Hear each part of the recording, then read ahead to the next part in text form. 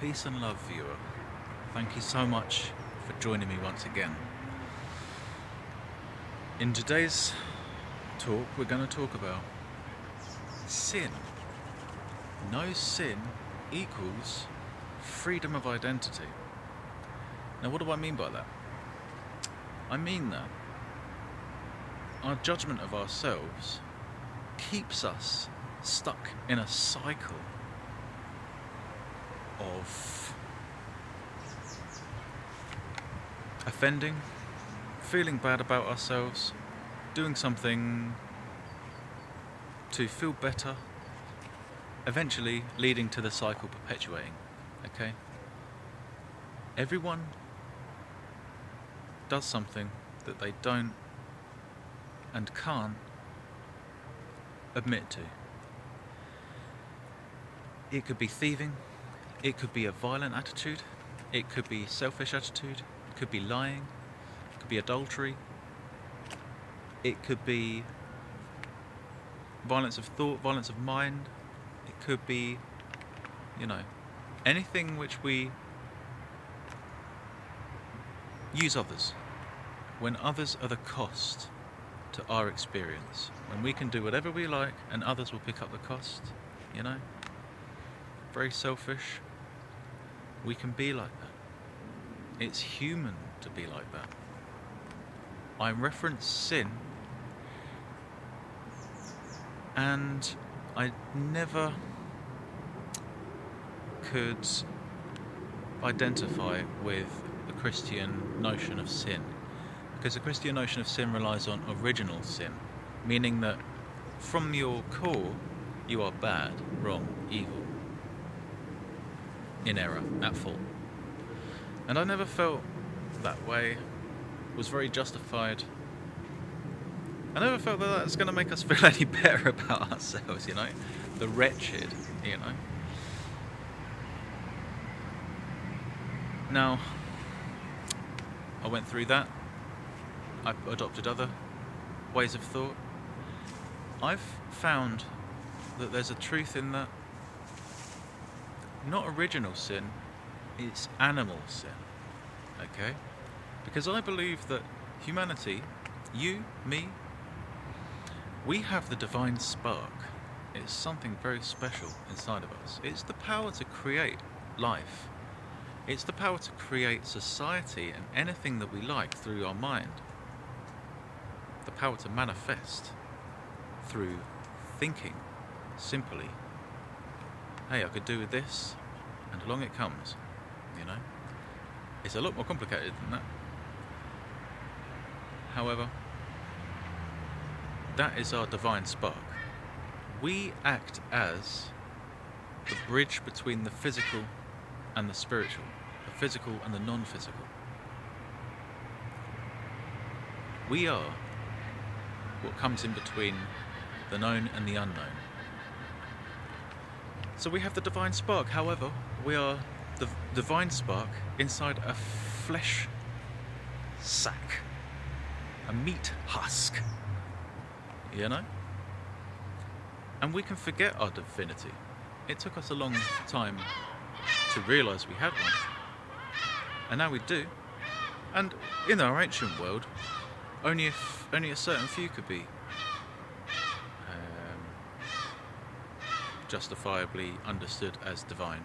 We had a divine class of people, If it weren't the priests, it was the druids.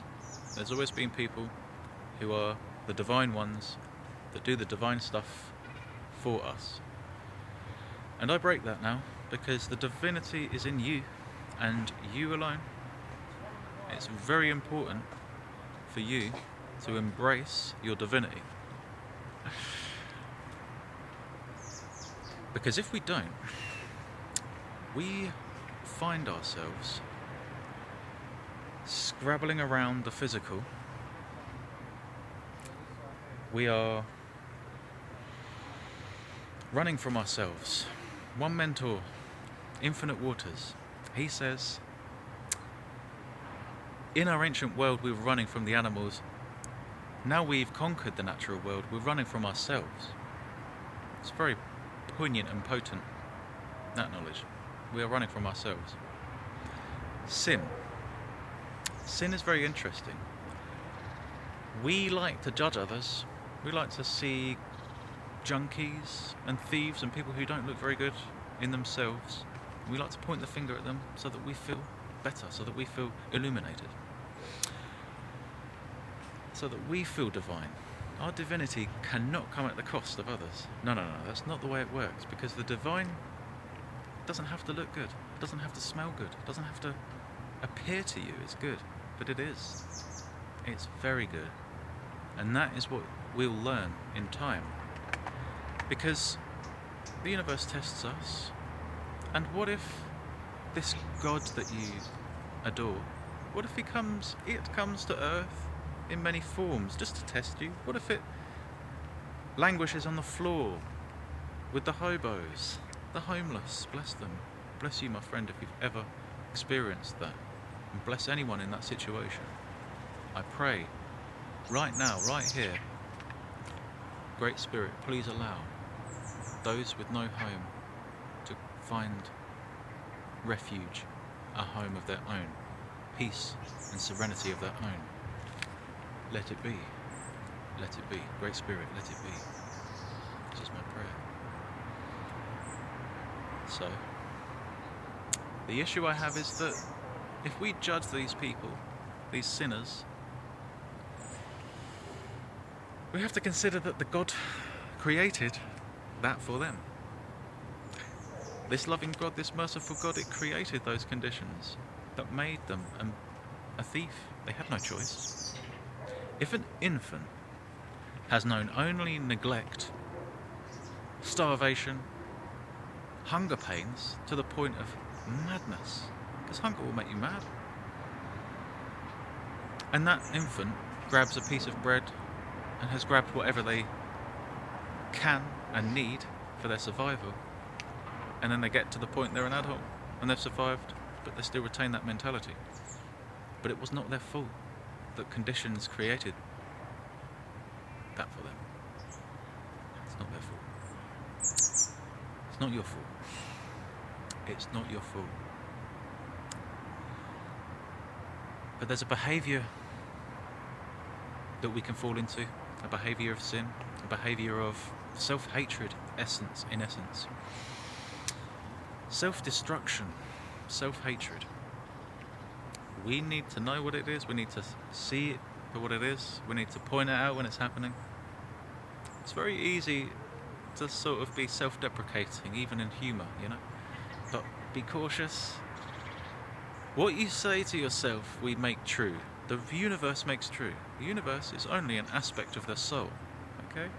When you say, I'm a complete loser, I'm a complete piece of trash, I'm an idiot, I'm a loser, I'm a this or that, you know, it can be funny in a certain context. Sorry about that one, just more. I do it all the time. But we need to tell ourselves something different, because the universe is going to subscribe to that. When we go around saying, I am the world's most potent billionaire, have always been, will always be, and my destiny is riches, then that will be the case. If you obsess and if you 100% live that in the second, every second, you'll become that. And if you say to yourself, you're a piece of trash, you'll become that. Maybe everyone around you has told you you're a piece of trash. Okay? If I'm the first person to say that you're not, so be it. You aren't a piece of trash. You're just a sensitive person in a world that feels like it's trying to crush you into smithereens. Well, how the world feels isn't how the world is, as we know. But we can lose sight of that. I love you, and I love the process. This is a fantastic process. Even though it hurts, you know, it's like, it hurts so much, man. And in every second and in every moment and in every event, it's like the universe is screaming at me that just give up. Just give up. Just do something crazy. Lash out. Don't let that be. Lash out. You know? How we react to stimulus will really treat us well. If we are quick to react badly, we're going to feel bad about ourselves, man. We need to feel good about ourselves right now. We need to do everything we can to feel good about ourselves.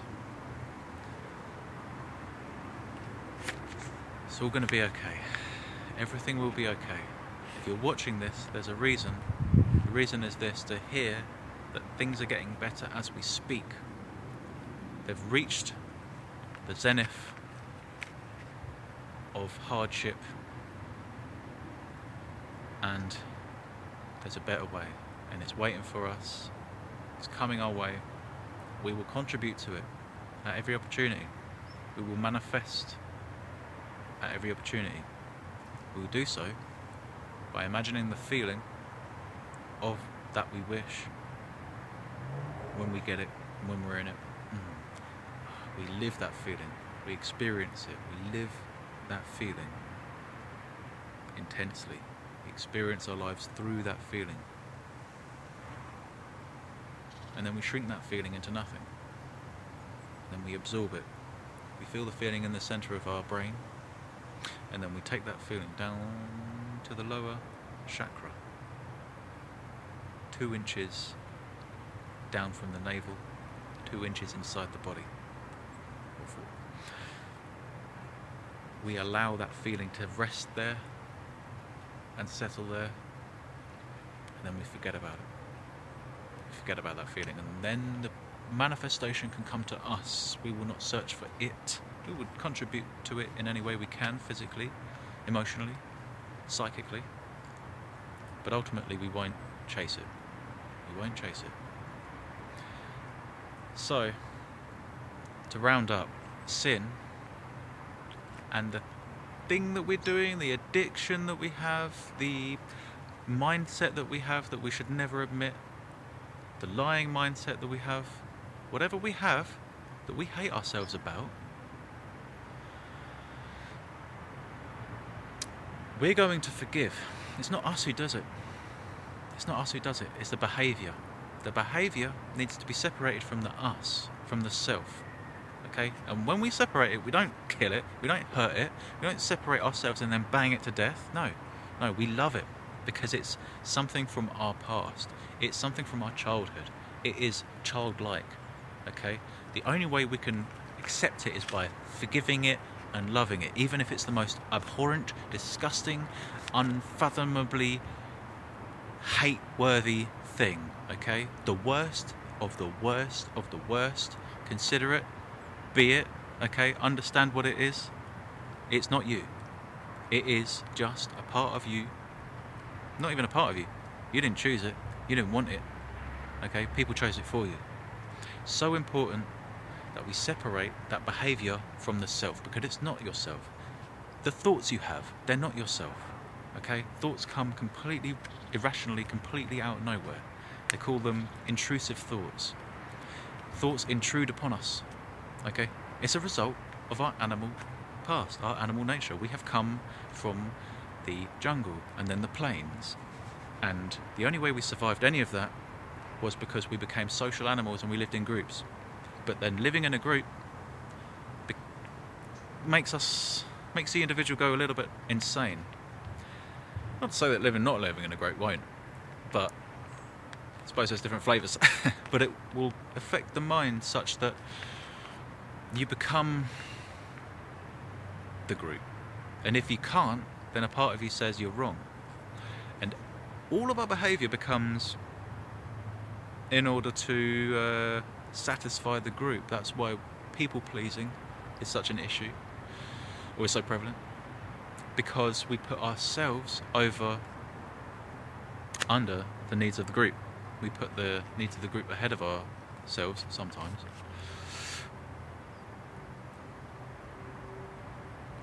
And as a result, nobody can be happy in the group. If each person in the group is putting themselves out for the other, then nobody's happy. Such as the Abilene paradox. Check it out. Check that out. It's very interesting, the Abilene paradox, whereby members of a society are all people pleasing one another. It basically kind of explains why society is the way it is, yet nobody's ultimately very happy, and everyone is ultimately trying to use smoke and mirrors in order to hide their true flavour from the world, you know. That's why you get so many angry people who are deep down wishing to indulge in that thing that everyone around them says is so bad and wrong, but actually isn't. It's just they don't like it. Be yourself. Be yourself no matter the cost. And remember that the self is not your sin, okay? You are not the sinner. Your behaviour is sinful.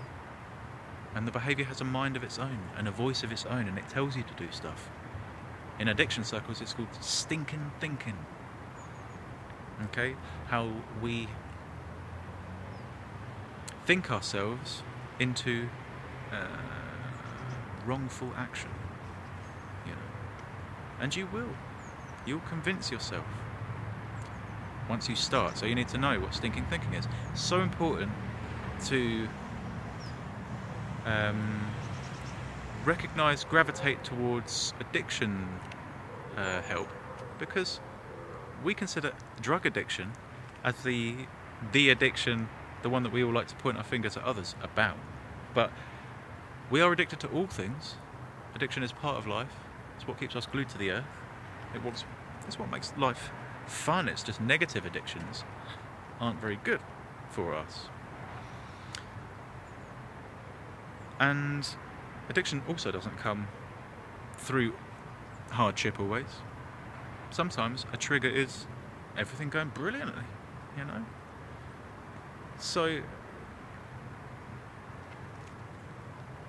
anyone who's not addicted to drugs, I recommend looking into addiction treatment nonetheless, because it offers so many interesting tools to deal with life, to understand life. Really interesting what you can learn about life through addiction, what you can learn about the self, your own psyche, the way that you are through addiction. It's not drug addicts that are the only addicts. No. Some of the worst addicts I've ever known are addicted to lying to themselves because of religion. The reason why people don't appreciate drug addicts is because anaesthetizing themselves from their feelings.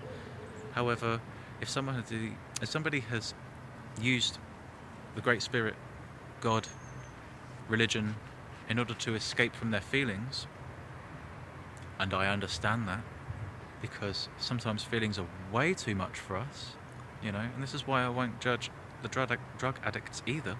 Sometimes you need some time out of time. Sometimes life gives people more than you could feel in 10 lives, man. Some people have enough misfortune for 10 of us at once, you know. They deserve our compassion, really. And we need to really rethink how we do things as a society, starting with judging people, judging addicts, judging homeless, incriminating people, locking them up, our judicial system, the prison system, the school system. I want it all to stop, end. I want it all to be reformed. I want the government to be reformed. I want reform to be reformed. I want reformation itself to be reformed. I want reform. I can reform in myself every damn day, every sweet day, every God-blessed day. I love you, and I love this experience, and I love this moment, and I love being with you, and I love this. Man, let's continue it forever. And when I have no energy, you will be continuing it for me. If I could only speak. Okay, we're approaching 20 minutes. I feel I've got a couple of things to say, so see you in just a moment, if that's the case. Peace and love.